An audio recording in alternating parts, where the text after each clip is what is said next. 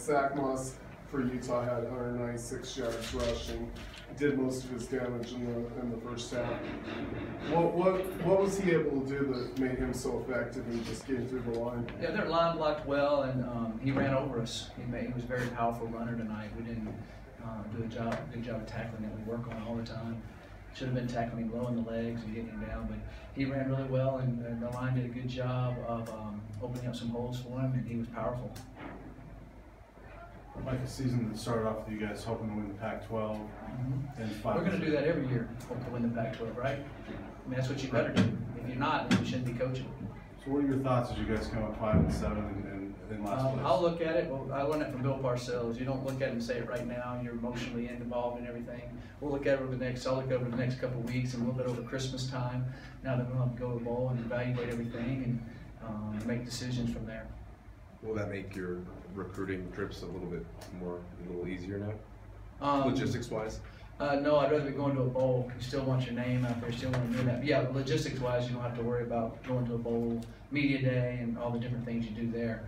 Yeah, we'll get out there. We'll get out there starting, first thing. We're really tomorrow night and Monday. We'll be headed out, ready to go.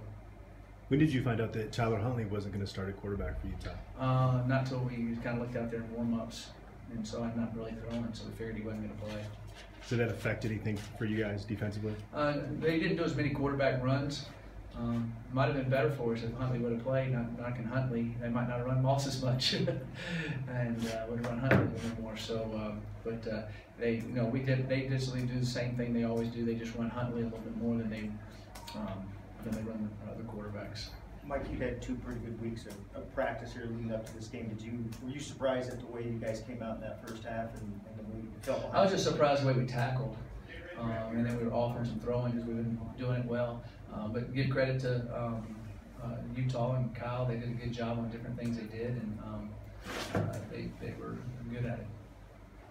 I know you guys, a lot of the players said the right things for the last 2 weeks, but do you feel like this team sincerely wanted to continue this season? Yeah, I do. I definitely think they want to continue the season, and we just didn't get able to do it. I definitely think they wanted to continue the season.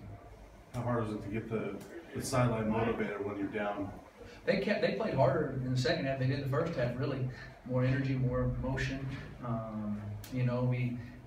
We have a touchdown. If we look to the right, it's 31-20. I mean, there's nobody within 20 yards of our receiver. And they didn't look there. We kind of scrambled away, and then we fumbled.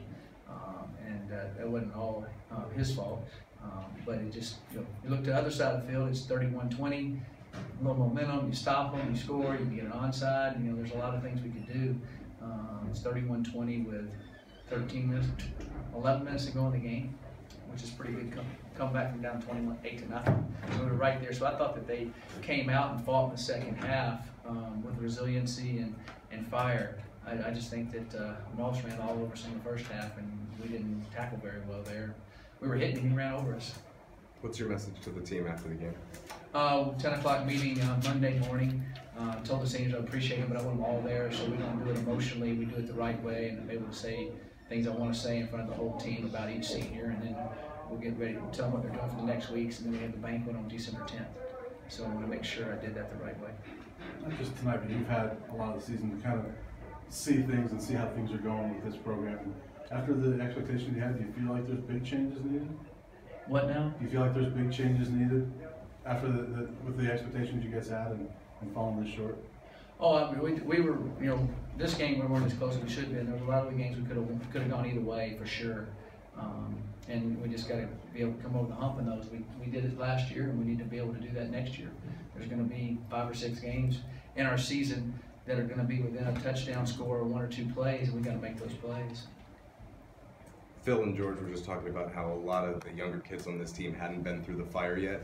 Do you feel like that was kind of a big reason why you had so many self-inflicted mistakes this year, kind of couldn't get over the hump? I'll have to go back and look at all the film, honestly, and kind of look at the whole season, every phase, look at different situations, different things that players did, coaches did, I did, and I figured it out. And usually you're never as good as everybody thinks you are, and you're never as bad as everybody thinks you are. You're somewhere in between. We've got to find that. I've got to find that area there, work on it in off season and spring and fall camp, and then come back and attack it. All right. Thank you, Coach. Thanks, guys.